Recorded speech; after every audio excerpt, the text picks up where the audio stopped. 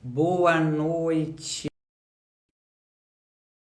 Fui dar uma conferida para ver se eu estava na internet certa, porque hoje a live é muito importante. O Dr. Leônidas já está chegando aí, o nosso convidado. Então, mulheres, vamos entrando, que nós temos muitas coisas para perguntar para o Dr. Leônidas. Eu já vou convidando ele, Leônidas.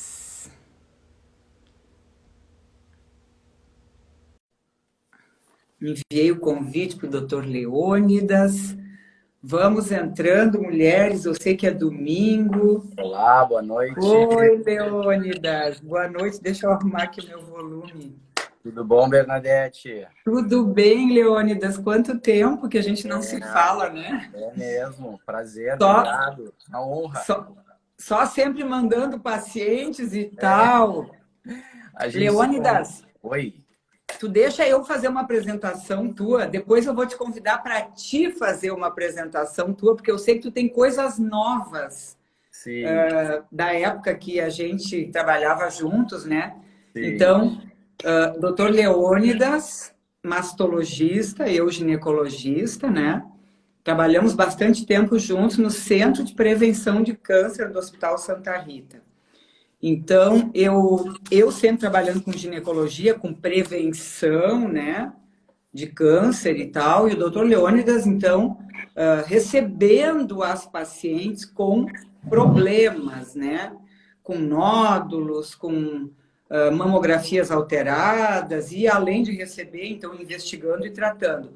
Mas eu tenho uma característica tua que a mim me marcou muito, muito, muito, É, e eu digo o seguinte, ó, nunca, não teve uma vez que eu não tenha te chamado ou no WhatsApp, ou te mandado um e-mail, ou te mandado uma mensagem pedindo ajuda para alguma paciente, que você imediatamente não disse, Bernadette, pode mandar ela. E não só assim, no horário disponível, você sempre abria horários quando você não tinha horários para atender as mulheres. Eu até me emociono, sabe, Leônidas, porque eu estava com uma paciente, assim, na época, super chateada, super triste, super angustiada, e eu, assim, eu sofro junto com a paciente, né?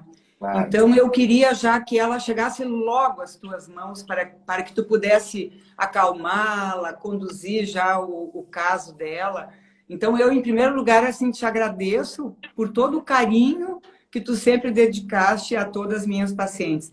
E eu quero, então, que tu também te apresente o que tu está fazendo a mais, além do Hospital Santa Rita. Eu sei que tu tem muita novidade aí. Claro, claro.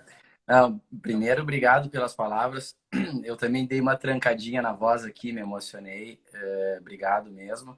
Mas, Bernadette, eu acho que a nossa missão como médico é mais do que atender o paciente, acertar um diagnóstico, enfim, é a gente se ajudar, né? A gente não vive nesse mundo sozinho e a gente não trabalha sozinho.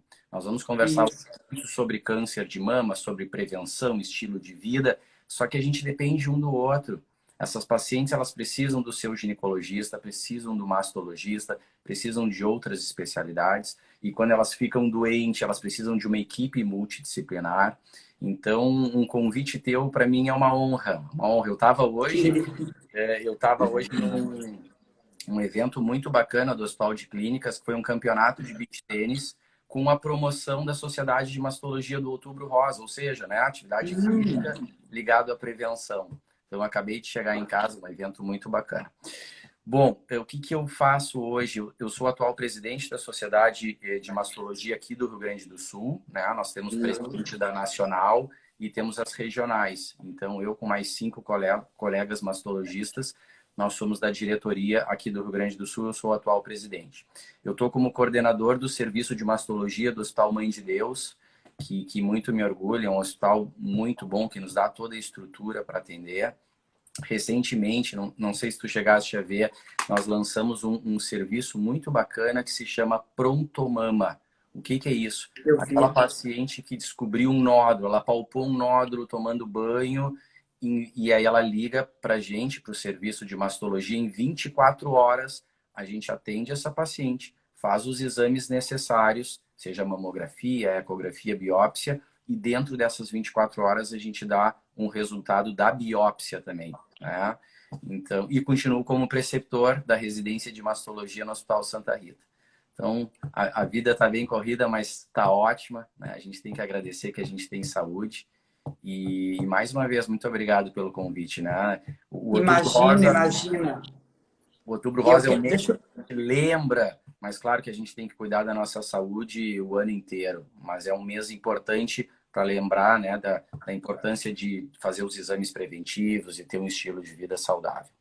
Eu tirei um pouquinho os comentários, que depois eu já coloco de novo, senão eu não consigo nem te ver direito, que a mulherada não para de mandar. São tantas as dúvidas. Então, eu vou dar prioridade para aquelas que mandaram, né, com antecedência, suas dúvidas e tal, Claro, porque, assim, né, Leônidas, eu trabalho hoje em dia mais com a prevenção mesmo, né, em toda a área ginecológica. Eu não opero ninguém mais, eu não faço tratamentos de câncer. Eu nunca fiz, né? Eu sempre contei com vocês, com as equipes, quer dizer, quando alguma paciente minha chegava e tinha algum problema, eu encaminhava e continuo encaminhando. sim. Mas eu prescrevo muito reposição hormonal para as minhas pacientes, porque hoje em dia eu atendo uma população, assim, eu fui envelhecendo e as minhas pacientes foram envelhecendo comigo, e eu estou na menopausa e as minhas pacientes praticamente quase todas estão ou no climatério ou na menopausa, né? E aí vem todas aquelas questões do climatério e menopausa, porque as mulheres realmente têm uma diminuição drástica da qualidade de vida e querem ser ajudadas nesse sentido, né? Então, a reposição hormonal, ela também teve algumas mudanças, a gente parou de usar hormônios sintéticos, eu já não uso mais hormônios sintéticos das minhas pacientes, eu procuro usar sempre os hormônios bioidênticos, né? Sim. Porque tem muitos estudos que ainda não são assim completamente conclusivos, mas tem muitos estudos que mostram que diminui o risco, que tem muito mais benefícios e tal. E então eu estou lidando com os hormônios no dia a dia. Mas claro, assim, ó, as pacientes não vão deixar de ter câncer. As mulheres vão continuar tendo câncer de mama, que é o câncer número 1 que acomete as mulheres, número 2, câncer de intestino, né? Então, eu queria, então, justamente por isso que eu te convidei, para que tu viesse trazer um pouco para nós, assim, como prevenir o câncer de mama quando a mulher chega justamente nesse período do climatério e menopausa, que é quando aumenta o número de casos novos de câncer de mama, né? Sim. Então, tu poderia nos falar um pouquinho sobre isso? Claro, claro.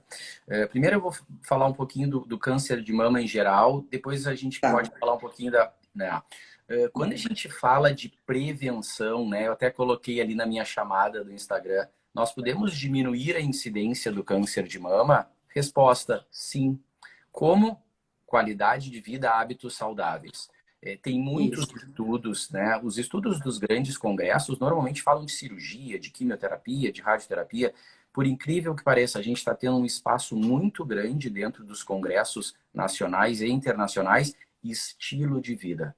Vocês sabiam que atividade física regular, 3, 4, 5 horas por semana, o ideal é que seja bastante mesmo, 4 a 5 Todo horas por dia, né? semana, de preferência todos os dias, diminui, gente, em torno de 28% o risco de ter um câncer de mama. Então, a cada 10 mulheres que teriam câncer de mama, fazendo atividade física, 3 não vão ter. Mantendo o peso dentro do ideal, né? Fazendo essa atividade física e...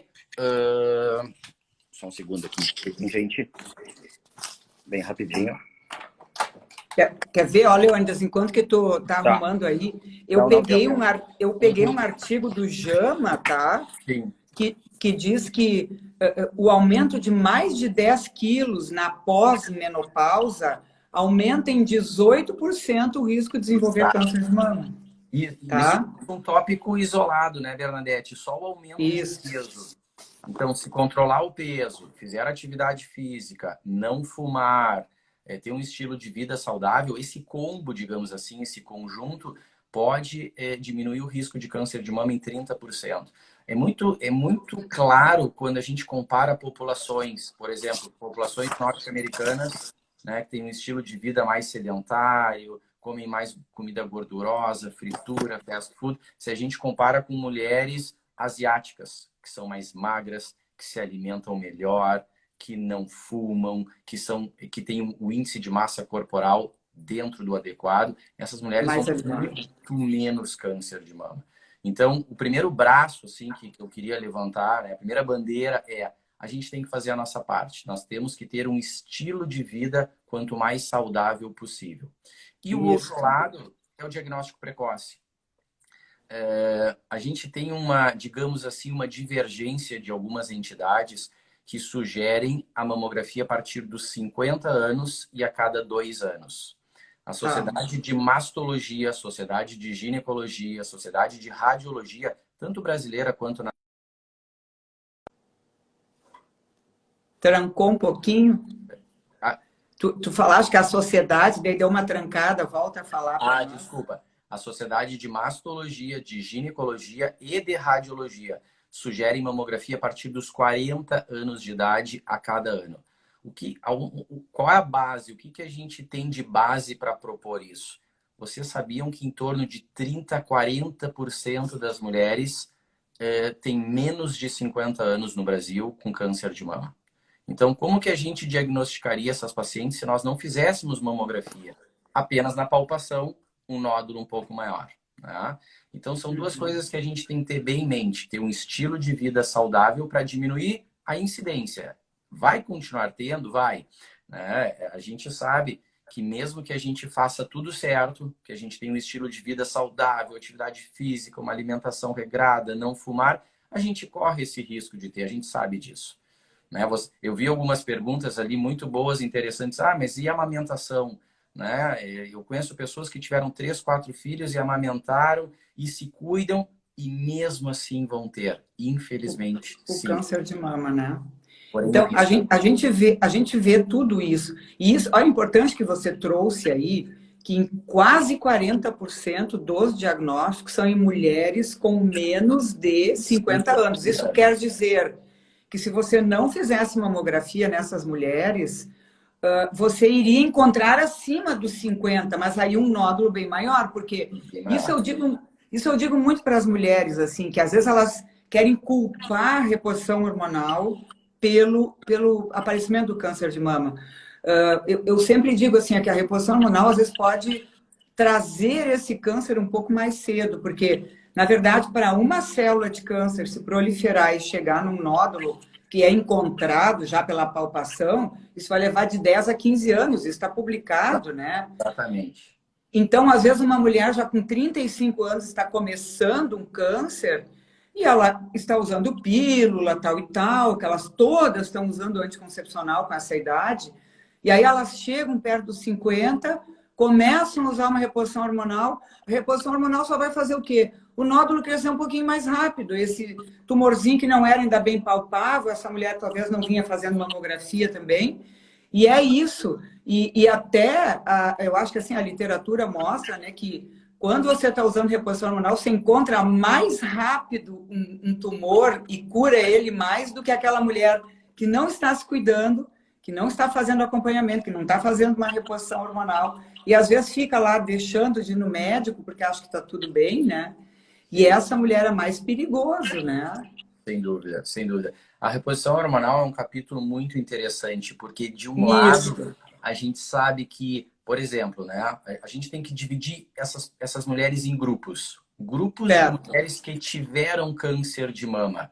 Nesse grupo, infelizmente, nós não podemos fazer reposição hormonal. Até a gente tem uma pergunta aqui, ó, que bom que tu está tocando nesse assunto, porque ela diz assim, ó, essa mulher, se ela teve um câncer em estágio 3, está tendo uma recidiva. E aí ela quer saber se ela pode fazer um tratamento só com alimentação. Claro que não, né? Não, claro que não. Claro que não, né? A alimentação, sem dúvida nenhuma, ela ajuda o nosso sistema imunológico, né? Nós estarmos mais fortes para enfrentar os tratamentos, mas sem a medicina de hoje, pelo menos hoje, né, 2021, a gente tem que fazer o tratamento convencional, sem dúvida nenhuma. E o tratamento convencional, ele é a quimioterapia, a radioterapia, né? É isso que esse é o tratamento convencional para o câncer de mama. Depende muito de cada caso, né, Bernadette? Por exemplo, hoje, quando a paciente chega com um nódulo, com uma suspeita de câncer, a gente tem que pedir, além da biópsia, a imunohistoquímica. O que que é a imunohistoquímica? Né, para quem é leigo, são as características deste nódulo, para saber se tem os receptores de estrogênio, progesterona, se a proliferação celular ela é mais acelerada ou menos. E dependendo das características desse nódulo e do tamanho do nódulo, nós vamos optar por começar a cirurgia, começar o tratamento pela cirurgia ou começar pela quimioterapia. Nem todas as pacientes vão precisar de quimioterapia, nem todas as pacientes vão precisar de radioterapia. Cada caso a gente vai ter que individualizar, sem dúvida. Tá, e já que tu tocaste nesse assunto, assim, e aquela paciente que não tem receptores para hormônios, ela poderia posteriormente, depois que tratou, depois que está considerada curada, depois de 5 anos, ela poderia iniciar uma reposição hormonal? Bernadette, sabe que hoje de manhã eu estava conversando com a minha esposa, tomando café, e ela é médica também, mas é radiologista, não é na área da mama. E ela me fez Tá. essa pergunta, ela me fez, tá, mas as mulheres que tiveram câncer de mama triplo negativo, que são os receptores Isso. hormonais negativos. E eu disse, tu sabe que eu fiz essa pergunta num chat, num trabalho, num congresso internacional, e a resposta, não temos dado na literatura que aumente o câncer de mama. Então, assim, naquela paciente triplo negativo, que tem uma sintomatologia muito forte, eu acho que tem que individualizar. A gente não pode dizer, não, todas elas podem. A gente tem que dividir com a paciente isso. Né? Certo. Tu sabe bem melhor que eu isso, porque a tua área tem pacientes que têm sintomas mais leves, tem pacientes que têm sintomas médios e tem pacientes que têm aqueles sintomas que alteram totalmente a qualidade de vida dela, desde a hora de acordar, a hora de dormir, tudo. Isso. Então a gente tem que dividir com ela. Olha, vamos fazer, mas vamos ter um cuidado, vamos fazer os exames de rotina. Né? Isso serve para as pacientes que têm história familiar, isso serve para as pacientes que não têm história familiar. Né? Aí eu gostaria de fazer a reposição hormonal, porque eu tenho tais sintomas, aquela síndrome, né? Os sintomas climatéricos muito fortes. Não é contraindicado, mas ela tem que ter um acompanhamento, ela tem que ter os exames todos em dia, sem alterações. Eu lembro que teve uma época lá pelo ano 2000, 2001, que se receitava para todas. E depois, né, vieram alguns trabalhos, não pode para nenhuma. Eu acho que não é isso, não é 8 nem 80. A gente tem que ter uma individualização. É possível fazer? Sim, é possível. Eu, como mastologista que cuido, né, da saúde mamária, eu não sou contra a reposição hormonal, mas a gente tem que individualizar. A gente tem que ver todos os aspectos dela, das pacientes. Tá, você estava trazendo para nós assim, vamos falar um pouquinho agora antes do câncer, tá? Tá. Então, aquela paciente que tem cistos, que tem nódulos na mama, aí ela tem nódulozinhos que foram biopsiados, que são benignos e tal. Essa paciente, em princípio, as mulheres estão perguntando aí, essa paciente tem um risco aumentado para câncer de mama, aquela chamada doença fibrocística da mama? Antigamente a gente chamava de displasia mamária e hoje é Isso.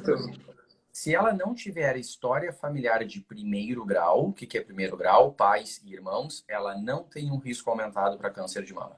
Cistos, fibroadenomas, alteração fibrocística, desde que não tenha feito nenhuma biópsia que tenha demonstrado uma atipia, por exemplo, uma hiperplasia ductal atípica, ela não tem um risco aumentado. Ter lesões benignas, como cistos, lipomas, fibroadenomas, não aumenta o risco de ter um câncer de mama no futuro. Isso não... Olha, maravilhoso o que tu estás trazendo aqui, porque a mulherada já vai dormir mais descansada hoje à noite, tá? Porque é muito comum. O que eu vejo, assim, ó, hoje eu tento avaliar a mulher como um todo. Aí, quando eu peço exames, essa mulher já tem uma bolinha na tireoide, tem uma bolinha na mama, tem um angiomiolipoma no rim, tem um hemangiomazinho no fígado. Quer dizer, o envelhecimento, ele vai trazendo esses nódulozinhos por tudo que é lado, né? Claro. E aí, às vezes, tem qualquer coisinha na mama, a mulher se apavora achando que ela já tem um risco aumentado para câncer, né? Sim. E Leônidas, Quem são as mulheres, então? Porque eu sei que o câncer de mama ele tem um risco baixo, um risco médio e um risco alto, né?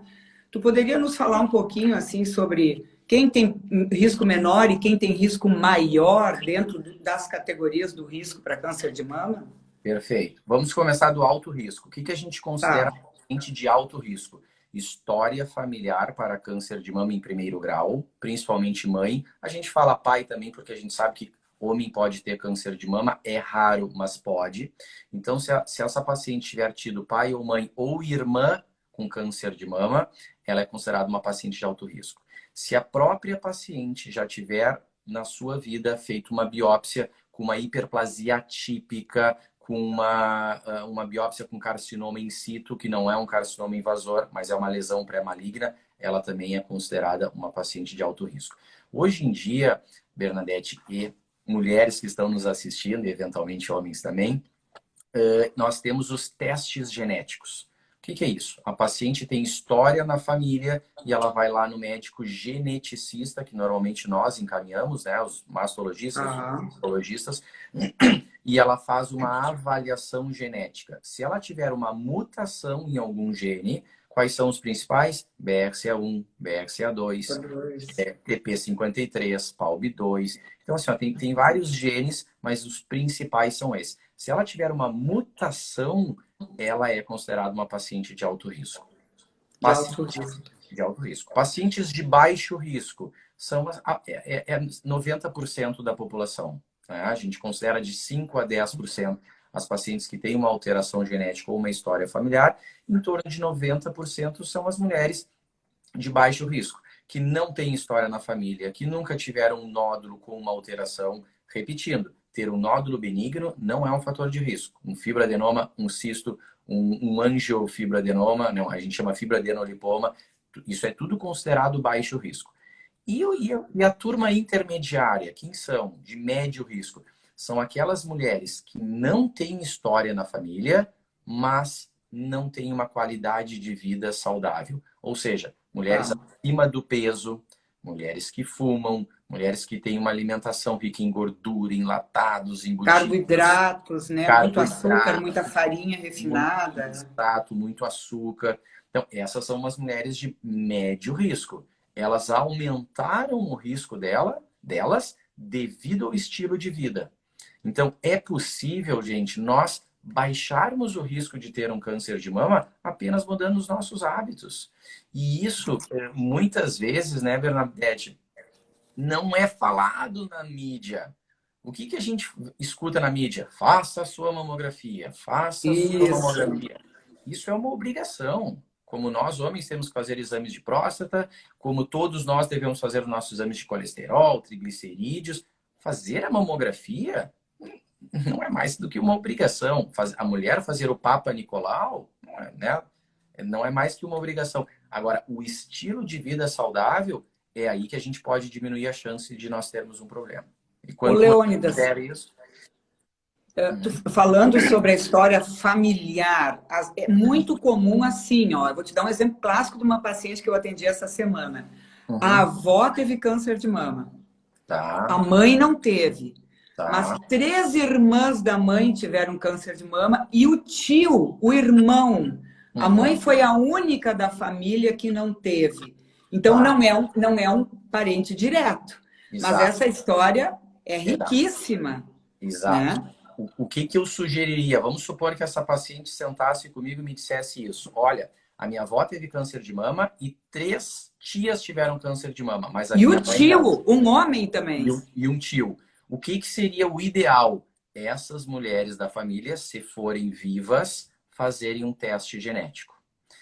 E a mãe dela, que não teve o câncer de mama, também fazer um teste genético. Porque ela pode ter herdado, né, essa mutação, muito provavelmente não herdou. Porque se ela teve 3 irmãs e um irmão que teve câncer de mama e ela não teve, provavelmente o risco desta paciente é baixo. Provavelmente a mãe não herdou essa mutação. Tá, e me diga uma coisa, e por que ela não fazer o teste genético? Porque ela tem uma filha também. Porque se ela faz, automaticamente a filha dela também vai ter uma ideia Mas o ideal, Bernadette, é sempre testar o paciente que teve o câncer, para saber se esse paciente que teve o câncer tem uma mutação. Quando é um caso isolado na família, fala mais a favor de ser esporádico, ou seja, não ter uma relação com alteração genética. Mas se teve 3 tias, um tio e a avó, fala a favor de ter alguma mutação. Então, se nós soubermos, vamos supor que eles tiveram o BRCA2, que dá um pouco em idade mais avançada. O BRCA1 é em mulheres mais jovens, 25, 30 anos, e o BRCA2 um pouquinho em mulheres 40, 45 anos. Se elas tiverem essa mutação, seria importante a mãe fazer. Por quê? Porque a mãe é familiar de primeiro grau, que são as irmãs dela, e o irmão, né? E a mãe dela. Então, fazer na paciente que não teve doença, é muito difícil achar alguma alteração. Pode proteger a prole, pode proteger a prole dela daí. E aí, assim, com essa questão, às vezes, muito importante a gente estar falando dessa questão aí, porque isso aí é muito comum também. Ah, minha mãe teve câncer de mama, tá? Mas a mãe teve câncer de mama com 65 anos de idade, certo? E isso não quer dizer que essa mãe não teve o câncer ao acaso, porque é obesa, porque é sedentária. Quer dizer, não é toda mãe que teve câncer de mama que essa paciente está condenada a não poder fazer nenhum tratamento, não poder usar hormônio, porque essa mãe daqui a pouco teve o câncer que não é os 5%. Teve o câncer da população em geral, né? Exato. A gente considera, a gente segue alguns guidelines que é o NCCN, né? E que falam principalmente parentes de primeiro grau com 50 anos ou menos. Porque fala, quando assim, realmente, minha mãe teve, mas foi com 80 anos. Muito provavelmente foi algo, né, que a gente não tem essa explicação. A gente não sabe o porquê. Né? Uma pergunta que a gente tem muito, mas por que o paciente, por que eu tive esse câncer? Muitas vezes a gente não tem essa resposta. Né? Por mais que a paciente faça tudo certo. Mas o que os pacientes têm que entender, o que as mulheres têm que entender, que elas têm como diminuir a chance de ter esse problema. Então, o que tu está dizendo para nós é que quando tem casos na família, a gente tem que se preocupar, que foi uma das perguntas que elas fizeram também, quando esse caso, quer dizer, esse parente, que foi ou a mãe ou a irmã, teve o câncer com menos de 50 anos de idade. Né? Exato. Aí é a preocupação maior. Claro que pode ser 55, quer dizer, a gente está aí numa faixa, né, que tem que ter cuidado a partir daí. Sim. O cuidado, na verdade, é sempre, né? Sempre. Sim. Seja com história familiar ou não. Mas, claro, tendo um parente, principalmente de primeiro grau, em idade jovem, essa atenção deve ser toda especial mesmo. Certo. E quando a gente estava falando há pouco, né, de terapia de reposição hormonal, tá? Hoje em dia tem algumas publicações surgindo dizendo que a testosterona poderia ser utilizada sem risco aumentado de aumentar o risco de câncer de mama, né? Digamos assim, o estrogênio, ele é mais proliferativo sobre a mama, tá? Os estudos mostram também, por exemplo, que mulheres com ovários policísticos, que têm androgênios muito elevados, essas mulheres, particularmente, não têm um risco aumentado de câncer de mama, porque elas têm androgênios aumentados. Então, os androgênios, em princípio, não são o maior problema para o câncer de mama. Claro que a mulher que está obesa, ela aromatiza essa testosterona, ela transforma em estrogênio, em estrona, principalmente, né? Periférica, Isso, e principalmente se ela tem essa conversão para 16 ou 4 hidroxistrona, né? Ao invés da 2 hidroxistrona, essa mulher aí sim vai ter um risco de proliferação maior e prejuízo para a mama dela, né? Mas, em princípio, o que você me diria sobre a testosterona? Sabe que também foi uma outra pergunta que a gente teve num congresso, esse foi o Congresso Brasileiro, que estava muito na moda, digamos assim, o chip da beleza, né? Que aumenta a testosterona. Mas o chip da beleza, ele é a gestrinona, Sim, é ele é um diferente. progestogênio, É né? diferente, é diferente. Tá? Mas aí que eu ia chegar, tanto a gestrinona quanto a testosterona, me corrige se eu estou errado, ainda não Tá. está aprovado no Brasil, né? Existem alguns estudos realmente mostrando um benefício, mas ainda não tem nada comprovado. Então, depende, eu acho que tem, Em né? termos de câncer, né? Em termos de É, câncer, tu está dizendo, exato, né? exato. Eu acho que tem muitos estudos em andamento ainda, sem resultados Isso, finais, mas a testosterona não.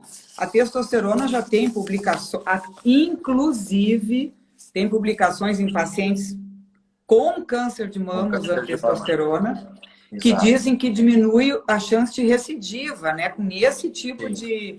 de follow-up, de resultado, né? Sim, exatamente, exatamente. Tem sim. Eu acho que tem que, como a reposição hormonal em pacientes de alto risco, né, Bernadette, tem que individualizar, tem que expor Tem que para paciente, individualizar.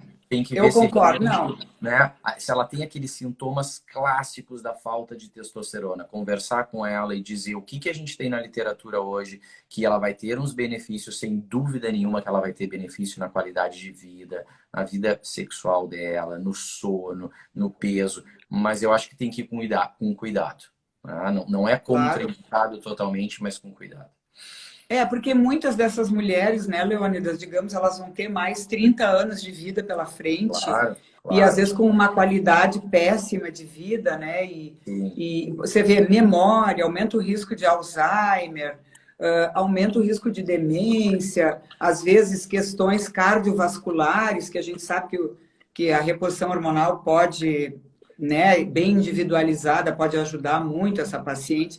Mas eu concordo plenamente, assim, ó, se essas mulheres tiverem uma atividade física diária, tiverem uma dieta muito boa, né, com alimentos realmente que não vão aumentar a chance dela engordar, dela se tornar obesa e com índice de massa corporal elevado, e eu acrescento mais um item, né, Leônidas, que é a questão emocional.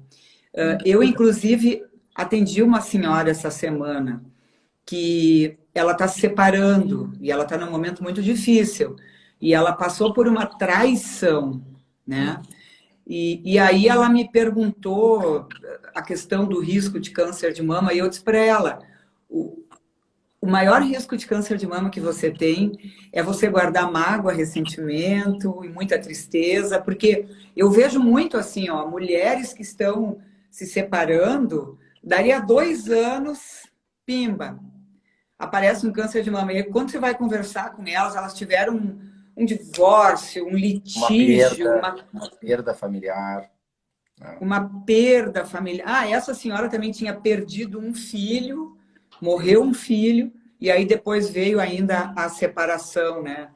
É. Então, eu acho que essas questões aí, você deve ver bastante, né? Sem dúvida, sem dúvida. Sabe como é interessante isso, né? Às vezes a gente conversando, o que a senhora faz? Faz atividade física, se alimenta bem? O que a senhora faz no fim de semana? Como é que tá a sua vida aqui? E daqui a pouco elas contam algo que foi pesado, que foi forte, como perdas, como separações, ou às vezes o filho vai morar longe e a mulher não absorveu bem isso, né? Agora, como é Aham. difícil também, né, Bernadette, a gente quantificar isso, né? A gente conseguir fazer um grande estudo e quantificar uma alteração emocional. Mas sem dúvida que isso tem impacto. Eu sei que tu trabalha com isso também, eu vejo, porque a gente tem algumas pacientes em comum e elas me elogiam muito o teu atendimento, quanto tu estimula elas a também a fazer yoga, a fazer um relaxamento, a Meditação, uma né? meditação. E tem estudos comprovando o benefício disso. Benefício. Isso. Porque tu melhora a tua autoestima, tu melhora as tuas defesas, tu melhora a tua imunidade. Então, o teu corpo fica mais fechado, né, contra várias doenças, não só o câncer de mama, como várias outras doenças. Isso é fantástico. Claro. Quer ver? Eu vou abrir mais umas perguntas que elas mandaram aqui agora, ó. Claro. Se a reposição hormonal pode dar câncer de mama. Eu acho que essa resposta a gente já É, respondeu, sim, né? sim, De sim. que de que, assim, ó, os estudos mostram que, principalmente as progesteronas sintéticas, né, aumentam o risco de câncer de mama. Mas já tem estudos publicados de progesteronas sintéticas com progesteronas bioidênticas, onde aqui a progesterona bioidêntica tem efeito protetor, enquanto que a progesterona sintética tem um risco aumentado para câncer de mama, né? Tanto que em mulheres, né, que não têm o útero, que fazem uma reposição hormonal apenas com estrogênio, essas mulheres podem ter um risco até menor de ter câncer de mama, né? Porque é usado a progesterona justamente para proteger o endométrio. Então, nas mulheres esterectomizadas que tiraram o útero, é um fator protetor, né? Então, sim, mas isso porque usavam as progesteronas sintéticas, né? Agora, com progesterona... Porque tem algumas pacientes, Leônidas, que... Isso é importante até, porque eu te mando muita paciente, né? Mesmo sem útero, a gente vai usar a progesterona bioidêntica, por exemplo, porque essa paciente pode estar com osteopenia, com osteoporose. E a progesterona melhora, aumenta a massa óssea, protege a mulher contra a perda da massa óssea. Tanto a progesterona como a testosterona. Então, a gente tem que usar o magnésio, a vitamina D, a vitamina K2, a progesterona. Então, mesmo que essa paciente não tenha útero, a gente vai estar usando, mas sempre a progesterona bioidêntica, porque é ela que realmente dá essa proteção maior. Que é mais similar com a natural, né? E a gente vai começar a ver cada vez mais, né? Porque cada vez mais estamos usando. Aqui tem uma mulher que pergunta assim... mulher com 55 anos, mama com nódulos desde os 35... e a tireoide tem nódulo também. Tem alguma correlação? Não, né? Câncer de mama não tem nada a ver com nódulo da tireoide, né? Normalmente não. A resposta não é 100% não, mas é muito raro. Né? Ainda mais que ela tem nódulos benignos desde os 30 anos. Então não tem nenhuma relação ter nódulo de mama com nódulo da tireoide. São coisas diferentes. Essa moça aqui que está perguntando se os cistos benignos nas duas mamas tem que se preocupar com câncer, o Leônidas já respondeu que não, tá?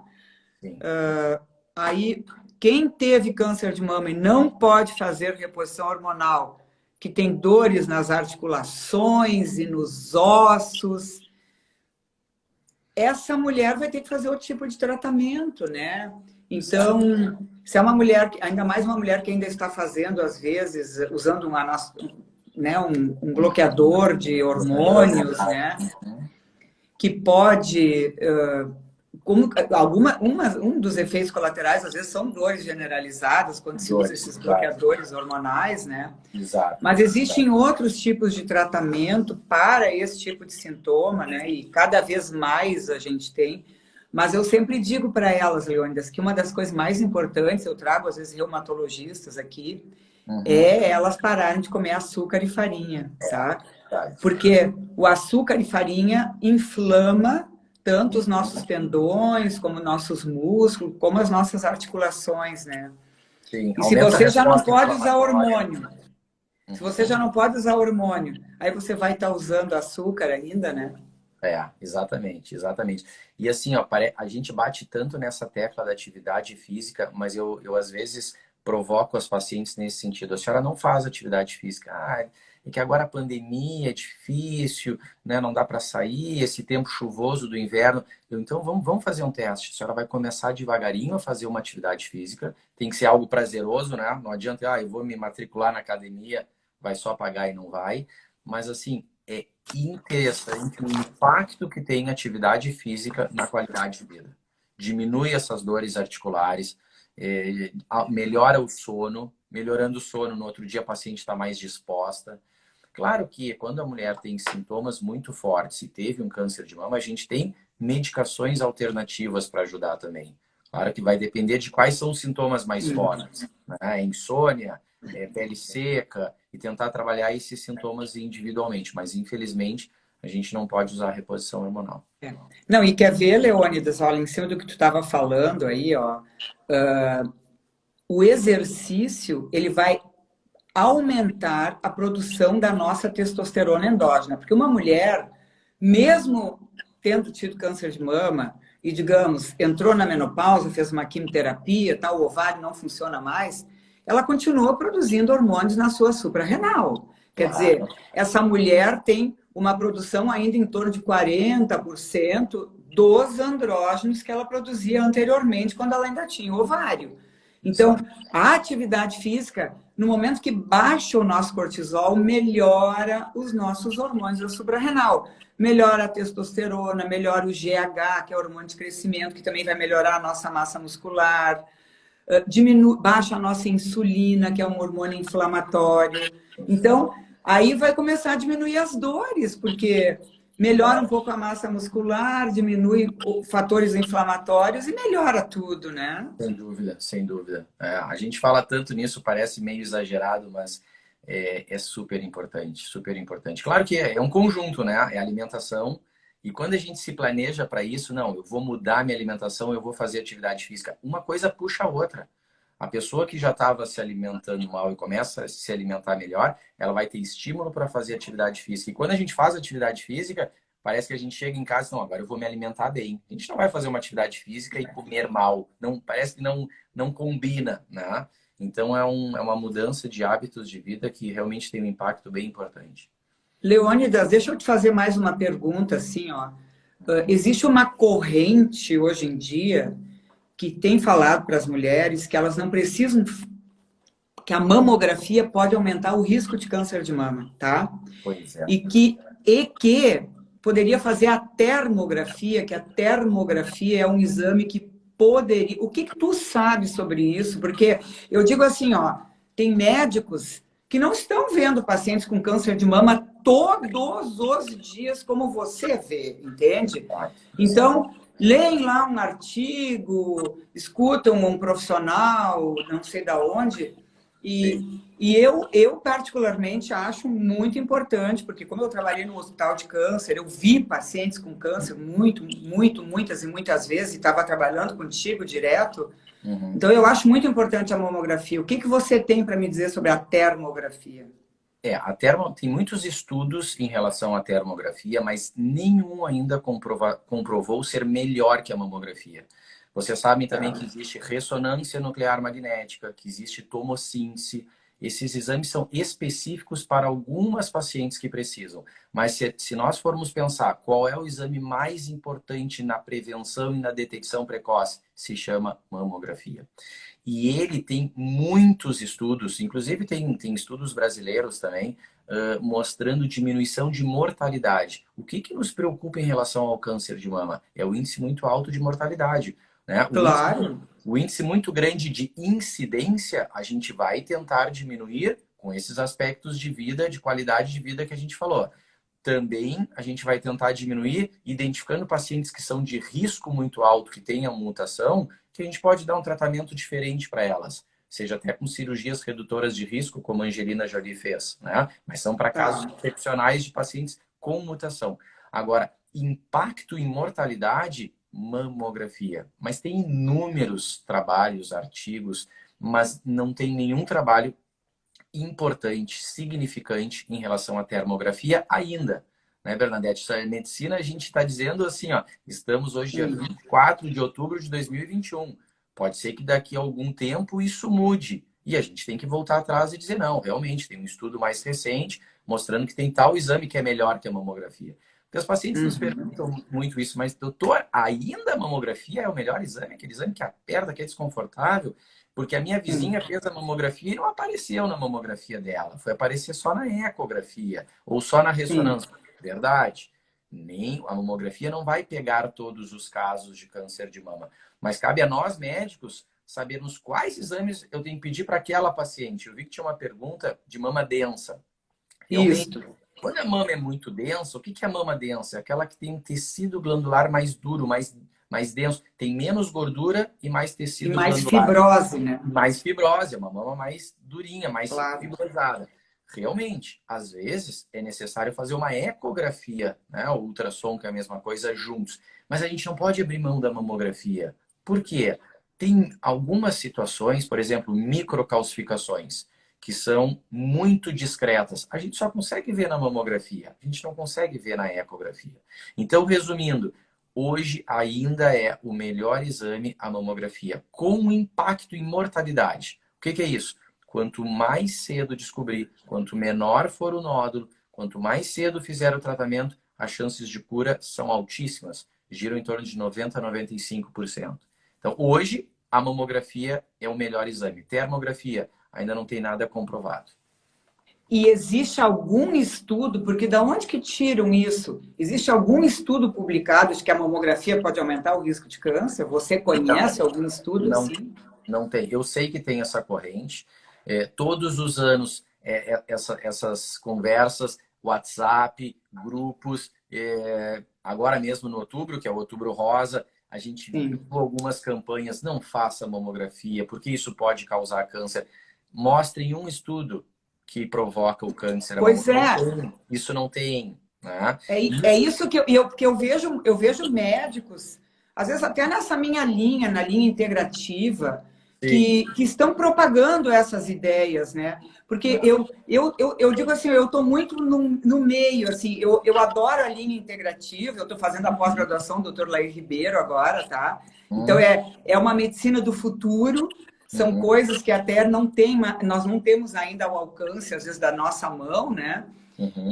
Mas, ao mesmo tempo, a medicina convencional, ela trata o paciente, quer dizer, o nosso paciente, e trata e salva vidas, né? Como você Claro. mesmo estava dizendo, a gente reduz mortalidade, né? Que eu Exato. acho super importante, né? Sim, sim.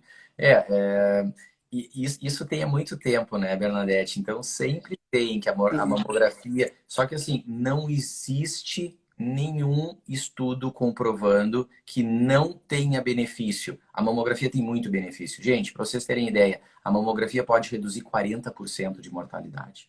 Não tem nenhum estudo que chegou perto disso. Tem outros médicos, como que tu citou, e outros que, infelizmente, em relação a este tópico, eu não vou discutir outros, fazem um desserviço à medicina, fazem um desserviço à mastologia, à saúde mamária.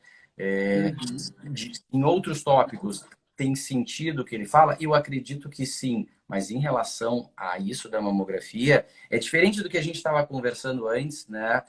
Em Claro. relação à reposição hormonal. A reposição Sim. hormonal, dependendo do caso, a paciente pode ser individualizar cada caso. Em relação à mamografia, não tem esse espaço.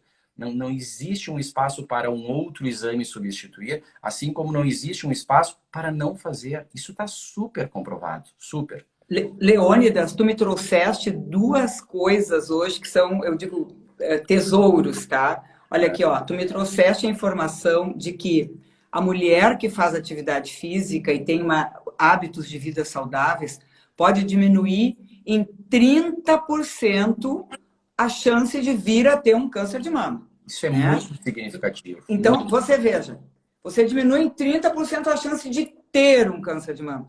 Agora, o segundo tesouro que tu estás me trazendo é que se eu tiver um câncer de mama, se eu fizer uma mamografia, né, com cuidado e anualmente e tal, eu posso diminuir em 40% a mortalidade, né, Exatamente. deste câncer. Ou seja, poxa vida, se nós temos esses recursos, né, de mudar a nossa vida, mudar a nossa dieta, deixar de fumar, deixar de. O álcool é um problema muito sério também, porque o Também. álcool ele baixa muito a imunidade das mulheres, né?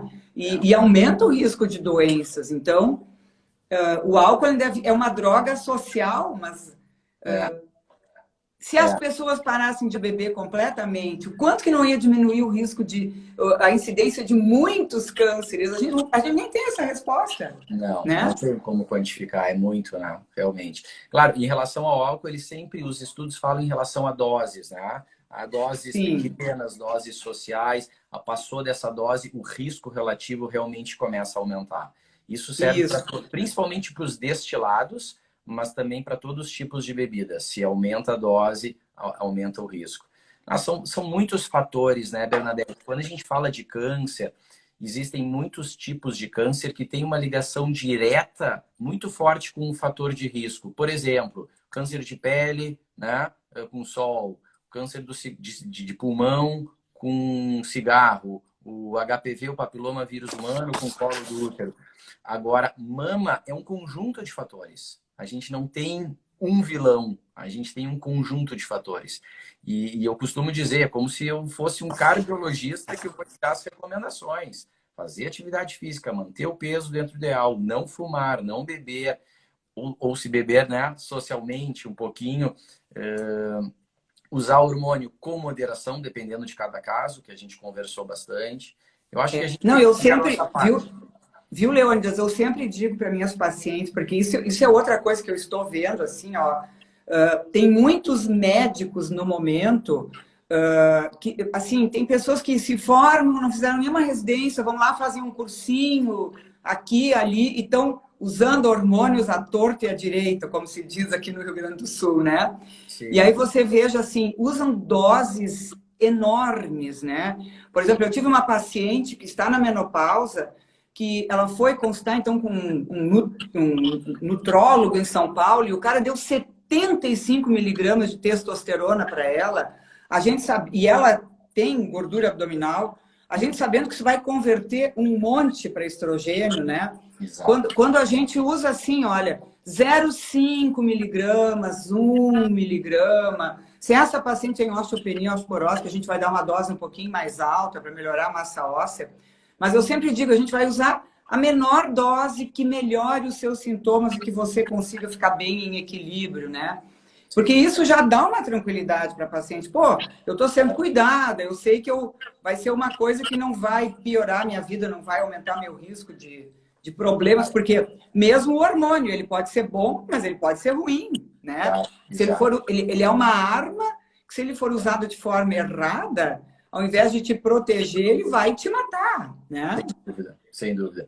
Uma coisa bem importante que tu falou alguns minutos atrás, que essas pacientes que eventualmente façam uma reposição hormonal, elas têm o viés de se cuidar melhor, porque a orientação vai ser essa. Tu vai fazer esse tratamento, mas os teus exames estão normais, o teu risco é baixo, mas nós temos que fazer os exames regularmente. Diferente até de uma outra paciente que é obesa, que fuma, que é sedentária, não faz a reposição hormonal porque tem medo, mas também não faz os seus exames de rotina. Então, Isso, é fundamental fazer os exames de prevenção. Assim como fazer a colonoscopia, assim como, né, eu falei da próstata em nós homens, assim isso. como ir no dermatologista lá, né, tira a roupinha, olha todos os sinais. Então, claro que a gente está falando aqui de mama, é o mês da mama, mas a Da gente tem que mama. cuidar da saúde como um todo, né? Como um todo, não adianta. Mas o intestino é o segundo câncer na mulher, né? É E altíssimo por exemplo, no homem. o Né? intestino é protegido com hormônios, né? Todos os estudos em intestino mostram que a reposição hormonal diminui a chance de você ter câncer de intestino. E, inclusive, mulheres que estão com o câncer, elas vão ter menos recidiva quando estão usando reposição hormonal. Então, tem tanta coisa bacana aí que está surgindo, estudos que estão surgindo. Eu acho que a gente tem que ficar aberto, né, Leônidas, para a gente ter humildade de reconhecer, ó, isso pode, isso não pode, Exato, né? E ao exato. mesmo tempo, mas ficar aberto para todas essas inovações que estão, porque a medicina está Claro, evoluindo muito, né? sem dúvida. A verdade de hoje pode não ser daqui a 6 meses, um ano. Né? Mas Isso. a gente tem que trabalhar com o que a gente tem hoje. Né? A gente tem hoje que a mamografia ela salva vidas, ela impacta na mortalidade. É a mamografia.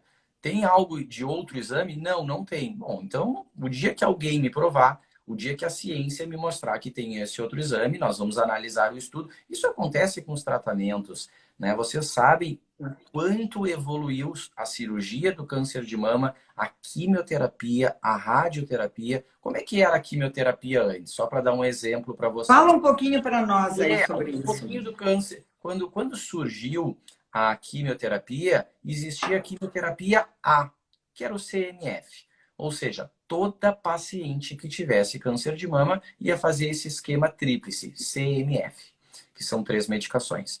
Algumas iam muito bem e outras não. Por quê? Porque era um tratamento igual para pacientes com câncer diferentes. Então, hoje a medicina, eu estou falando especificamente da mastologia, ela está personalizada. Essa é a palavra que a gente usa. A Ótimo. paciente senta na nossa frente, ela tem um problema, ela tem um nódulo que é único dela. Quais são as características? Qual é a idade dela? Qual é a história familiar dela? E conforme os exames dela, a gente vai dar um tratamento específico para ela. Eu gosto de usar muito o exemplo, né, que todas entendem, que é o exame de urina. A paciente tem uma infecção urinária. Ela vai usar sempre o antibiótico X? Não. Ela vai fazer a urocultura, o antibiograma, O antibiograma. e conforme, se for sensível, ela vai usar, se for resistente, ela não vai usar. E em termos de câncer de mama, está exatamente assim. A gente sabe o tipo de medicação que a gente vai usar para cada paciente. Então, isso evoluiu muito. Isso é uma arma muito boa, que daí a gente consegue dar esses números de cura alta, né? 90%, 95%. Em cirurgia nem se fala. Antigamente, a paciente tinha um câncer de mama, qual era o tratamento? Mastectomia radical. A gente chama mastectomia de Hauser. Se tirava toda a mama com a musculatura peitoral, inclusive às vezes a parte óssea, costelas. Eu me lembro que eu vi o doutor Xavier lá na Santa Casa fazer, porque ele era meu professor quando eu era residente, ele fazia muito. Eu tinha pavor de olhar, eu nunca gostei disso, sabe? Eram cirurgias que levavam 8 horas, 10 horas a paciente. É verdade. Ter transfusão de sangue, ia para UTI. Hoje, se a gente faz um diagnóstico precoce, aí eu vou ser repetitivo, é a mamografia que descobre esse diagnóstico precoce, porque por mais que a gente seja treinado, muitas vezes a nossa mão não percebe nódulos pequenos, nódulos de 5, 6, 7 milímetros. É a mamografia que descobre. Essa paciente, às vezes, nem vai precisar de quimioterapia. Ela vai fazer uma cirurgia de 1 hora, que faz de manhã e vai embora para casa à tarde. Né? Então, imagina, às vezes pacientes jovens não precisam de quimioterapia. Por quê? Porque descobriu muito cedo. Então, que bom que a mastologia está evoluindo muito, né? Apesar da incidência de câncer de mama ainda ser muito alta, a gente tem como objetivo, sim, como pretensão, diminuir a incidência. A gente diminui a incidência como? Com esses aspectos de qualidade de vida. E a gente diminui a mortalidade como? Mamografia. É isso. Deixa eu ver se tem mais alguma pergunta aqui. Essa moça está perguntando por que no Rio Grande do Sul o índice de câncer de mama é mais alto em relação a outros estados do Brasil, hein? Que pergunta difícil, né? A gente fica tão chateado de saber desses números, mas infelizmente é verdade. Falando em termos de números, tá? Para vocês saberem, Brasil, quase 70 mil novos casos de câncer de mama por ano. Quase 70 mil, 68. 70 mil. No Rio Grande do Sul, em torno de 5 a 6 mil. Só em Porto Alegre, em torno de 1.000 casos. Claro que a gente acaba atendendo, digo, os grandes hospitais de Porto Alegre mais que isso, porque tem muitos pacientes de outras cidades. Por que do nosso índice alto? Tem várias explicações, né, Bernadette? Uma, a gente tem uma colonização muito europeia.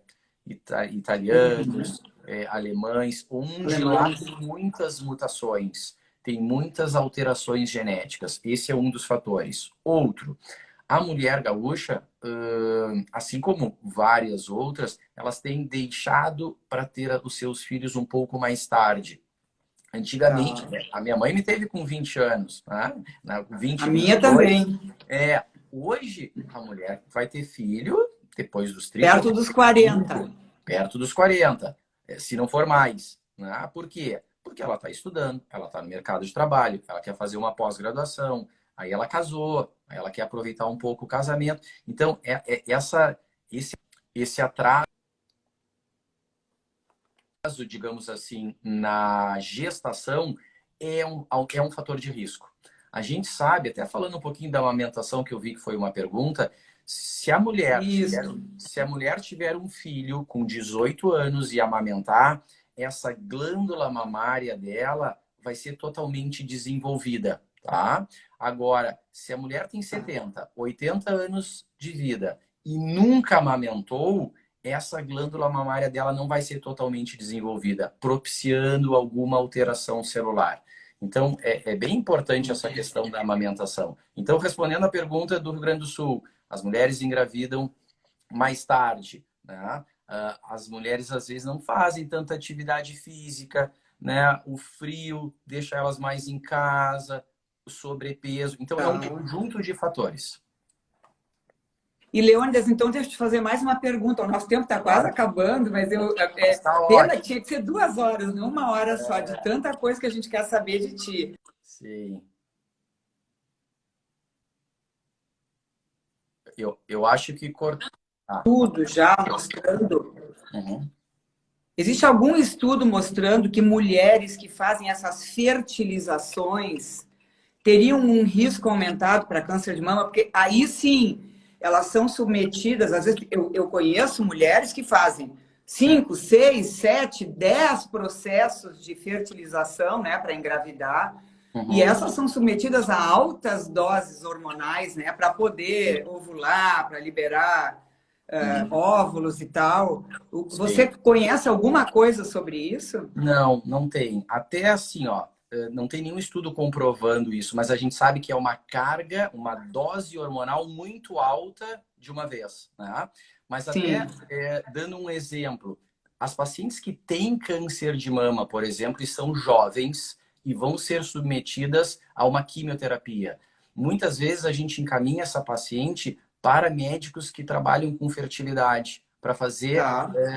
a preservação de óvulos, Retirar óvulos, é. retirar óvulos. E eles fazem uma indução de ovulação. Então, não teria problema, não teria problema. Claro, como isso é, digamos assim, dentro de todo um tempo que nós temos de vida, é um tempo curto, né, do trabalho da fertilidade, que é uma área que evoluiu muito também. Nos dias de hoje, a gente não tem essa resposta que possa, tanto que a gente É, eu não acho que tem isso é outra muito parte. recente ainda, É, porque o que a gente tem começado a ver que pacientes que se submeteram a muito, às vezes a fertilizações, podem ter uma menopausa um pouco mais cedo, né? Porque parece que a menopausa ela está adiantando um pouco.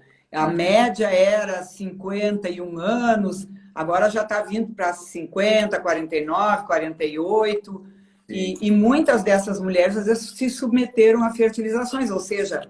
estimularam folículos e esses Exato. folículos gastaram antes do tempo, Claro, né? sim. Que a mulher já nasce com um número, né, X pré-determinado ali de até, evoluir. até quando ela vai, né, terminar. Mas aí se Exato. você gasta antes, claro, você vai ter aquele tempo a menos, né? Sim, exatamente, exatamente. É.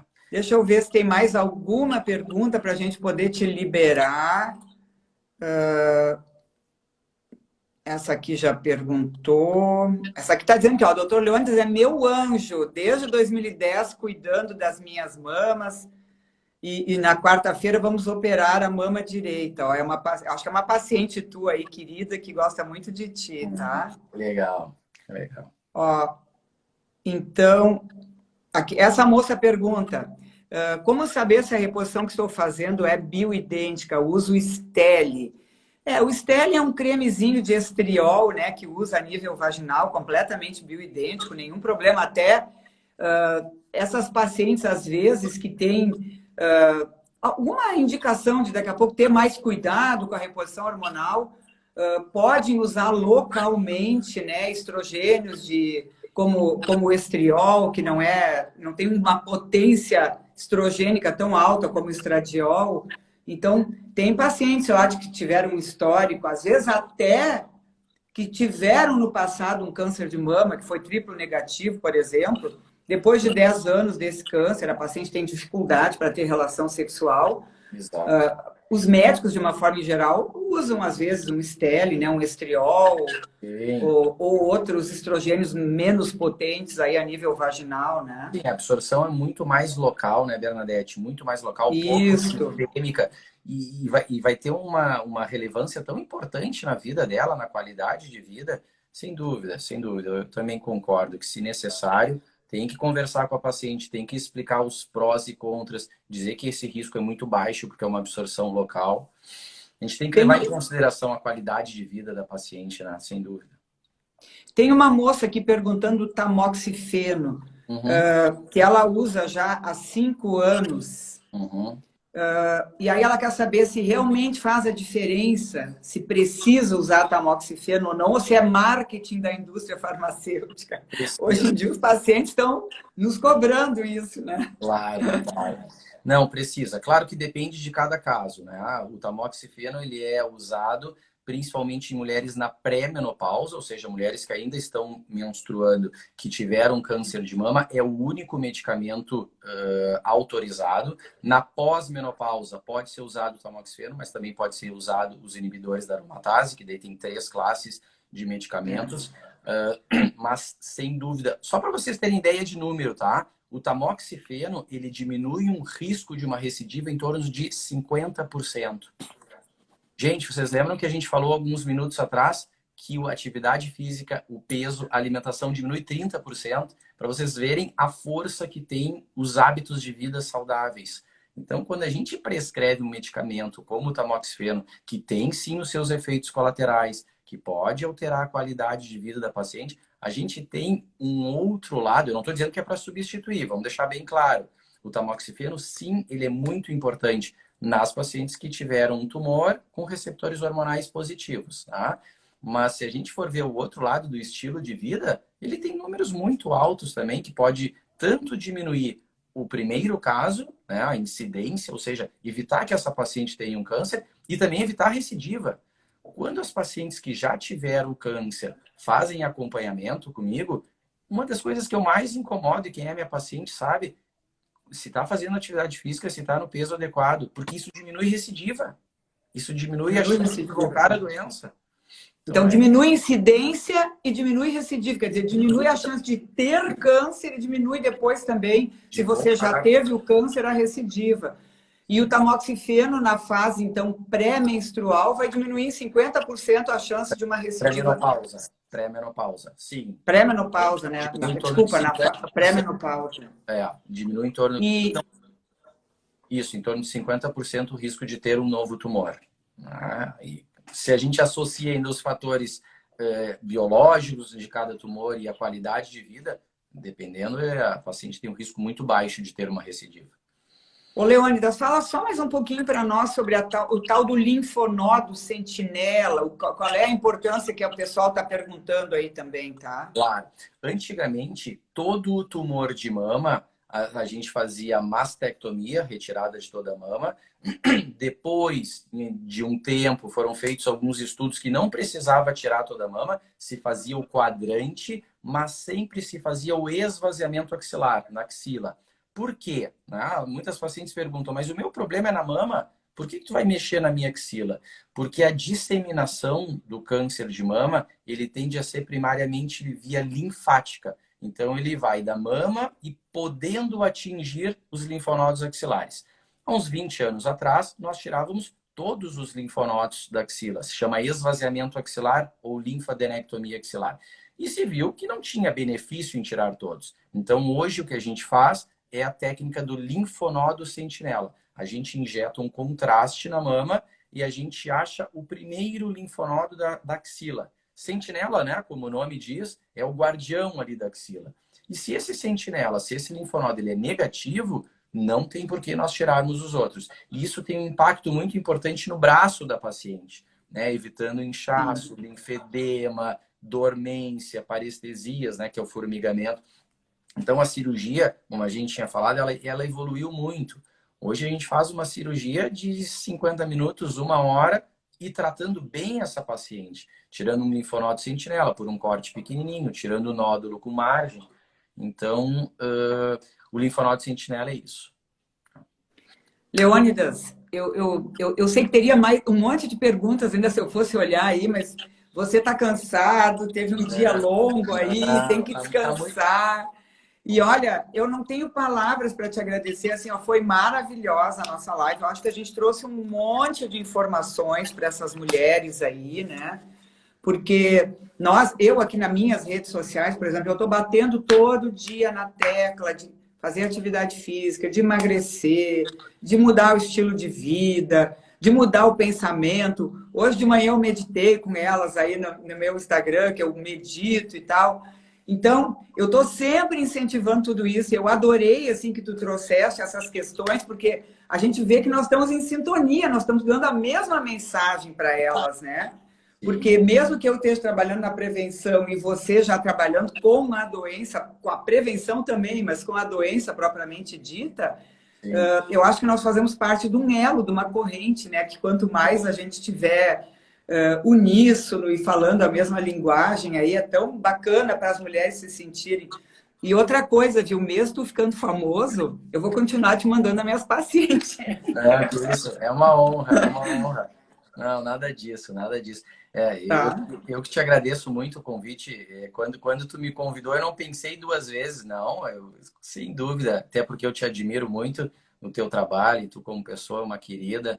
E isso que a gente faz, Bernadette, não só tratar a doença, ver o paciente como um todo, sabe? Ver a parte Isso. psicológica dele, ver a parte do peso. Quando um paciente senta na nossa frente, mesmo que tenha uma queixa específica, é um momento, às vezes, da gente cuidar de um todo dela, né? Claro. Então, para mim foi uma honra, foi muito legal esse bate-papo. Passou rápido, agora eu estou olhando o relógio aqui, eu vi que passou uma Gente, hora, já é 1h10 já. mas Daqui a passou. pouco cai o Instagram. Não, obrigado, tá? E sempre que Leônidas, muito precisar, me avisa. obrigado. Uma boa noite para ti, um trabalho Obrigado. maravilhoso, que tu seja muito Obrigado. iluminado por Deus, que eu sei que tu tá muito amparado, porque tu ajuda muito as mulheres, viu? E eu quero te agradecer, assim, em nome das mulheres, tudo que tu tem feito pelas mulheres aí, que é muito, muito importante, tá? Obrigado, Muito obrigado. obrigado, hein, querido? Eu que te Tá? agradeço e estou sempre à disposição. Me chama que a gente bate mais um papo qualquer hora. Um beijo no teu coração, tá, Leônidas? Beijo também, beijão. Obrigado. Tchau, querido. Boa noite para todos. Boa noite para todas as mulheres aí. Boa noite. Tchau, gente.